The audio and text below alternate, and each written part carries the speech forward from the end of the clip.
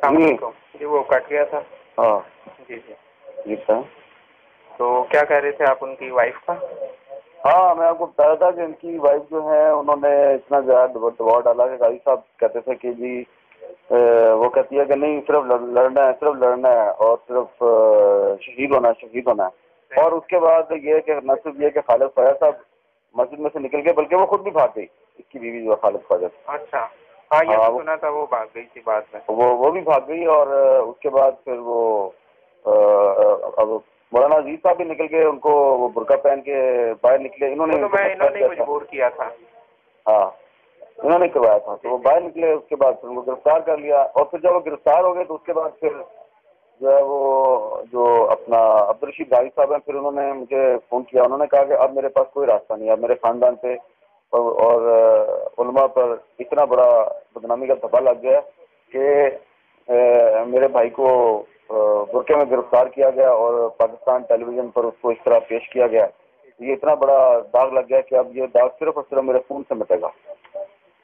تو پھر انہوں نے بس پھر وہی ان کی بات جو انہوں نے اپنی بات پوری کی اور انہوں نے قربانی دے دی.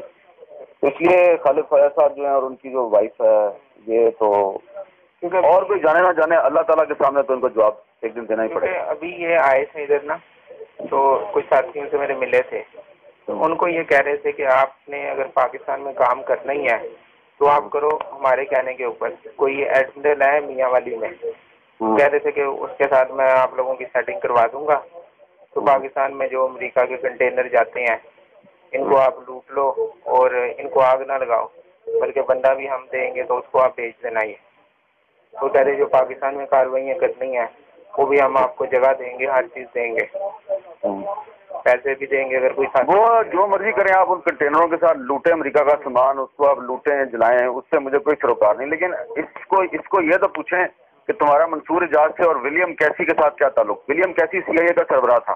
صحیح اور یہ جو ہے یہ خود میرے سامنے اعتراف کر چکا ہے کہ اس کا ولیم کیسی کے ساتھ تعلق رہا ہے. اس سے کہیں کہ چلو ولیم کیسی کو بھی چھوڑو جو قادیانی ہوتے ہیں. میں تو قادیانیوں کو کافروں سے بھی بدتر سمجھتا ہوں. اس کا قادیانیوں سے کیا تعلق ہے. منصور اجاز سے اس کا کیا تعلق ہے. یہ اس سے پیسے کیوں کھاتا ہے. یہ اس کے ساتھ وہ پاکستان جب آتا ہے تو یہ اس کو لے کے ہر جگہ پہ کیوں پھرتا ہے.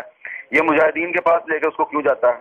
بلکہ اس نے تو اپنا ایک بیٹا بھی ادھر القاعدہ میں بھیجا ہوا ہے تو وہ اس کا بیٹا بھی جاسوس ہی ہوگا اس کی طرح. وہ تو میری ان سے ہوئی تھی بات نا شیخوں سے تو انہوں نے کہا تھا کہ ہم نے اس کو نا بالکل سائڈ پہ رکھا ہوا ہے. سب سے بڑا جو اس نے دھوکہ کیا تھا وہ یہ کیا تھا کہ ایک دفعہ اس نے مجھے کہا جی کہ ایک کوئی مجاہد تھا عبد الرحمان الکینیڈی. جی ہاں کینیڈی وہ یہاں جو شمالی وزیرستان میں شہید ہو گئے تھے. تو یہ اس کی بیوی کو اور اس کی ایک بیٹی کو لے کے میرے پاس آیا. صحیح اور اس نے کہا کہ اس کا جو عبد الرحمان الکینیڈی کا بیٹا ہے کریم اس کا نام تھا وہ زخمی ہو گیا ہے. وہ فوج نے گرفتار کیا ہوا ہے. وہ CMH راولپنڈی میں پڑا ہوا ہے اور آپ صرف اس کی ماں کی اس سے ملاقات کروا دیں. تو میں نے اس کو کہا یار یہ میرے لیے بڑا مشکل کام ہے. یہ میں نہیں کر سکتا کیونکہ یہ تو پہلے میرے خلاف ہیں سارے. تو میں اب کس سے جا کے تمہارے کہنے پہ منتیں کرتا پھروں. اس نے کہا نہیں آپ بس اس کی ملاقات کروا دیں. صرف ایک ماں کی بیٹے سے ملاقات کروانی ہے. تو بڑی مشکل سے میں نے کیا کہلوا کے وہ جو عورت تھی وہ اس کو میں نے صرف یہ کہ ایک ماں جو ہے اس کی مدد کرنی چاہیے اس عورت کو CMH راولپنڈی میں بھجوا دیا. وہ جب وہاں پہ پہنچی تو اس نے برقعے میں سے ایک وہ چھوٹا سا کیمرہ نکالا اور اس کو اپنے زخمی بیٹے کو کہتی ہے کہ تم اب ایک بیان ریکارڈ کروا دو کہ جناب یہ میرا کوئی کسی سے تعلق نہیں ہے اور مجھے انہوں نے یہاں پہ زبردستی رکھا ہوا ہے. تو وہ نرس تھی جو اس نے دیکھ لیا اس نے وہ کیمرہ پکڑ لیا. وہ گرفتار ہوگی عورت وہاں پہ. تو جناب اب جو سارا ملبہ میرے پہ گرا. انہوں نے کہا جی یہ تو آپ نے بھیجی عورت. اور وہ عورت جب گرفتار ہوئی تو پتہ چلا اس کے پاس کینیڈین پاسپورٹ ہے اور 2 مہینے پہلے وہ کینیڈا سے ہو کے بھی آئی تھی. تو میں اور پھنس گیا.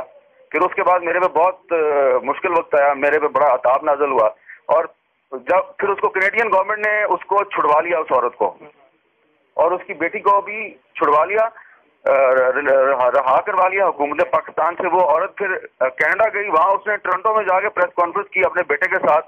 اس عورت نے اعتراف کیا کہ میں CIA کے لیے کام کرتی ہوں. تو اب اس طریقے سے اتنی لمبی داڑھی رکھی ہے خالد فیاض صاحب نے تو ان کی بیوی جو ہے وہ اتنا زبردست حجاب کرتی ہے، تو انہوں نے داڑھی بھی رکھی ہوئی ہے، ان کی بیوی حجاب بھی کرتی ہے، یہ اسلام کے نام لیوا بھی ہیں، اور یہ اس طریقے سے ہم جیسے جو دنیا دار اور گناہ گار قسم کے لوگ ہیں، ہم یہ سمجھتے ہیں کہ یار یہ نیک اللہ کے نیک لوگ ہیں، تو ان کی ہم اگر تھوڑی سی مدد کر دیں گے تو شاید ہمارے بھی گناہ بخشے جائیں. تو جب ہم لوگوں کو یہ دھوکہ دیتے ہیں تو اس سے ہم لوگوں کا اعتماد جو ہے وہ تمام جو مذہبی طبقہ اس سے اٹھ جاتا ہے. بالکل یہ تو اصل میں مطلب کہ غلط نظام بھی نہیں، فوج بھی نہیں ہے، لیکن جو ایسے لوگ ہیں نا انہوں نے مطلب کہ بہت زیادہ مشکلات پیدا کی ہیں.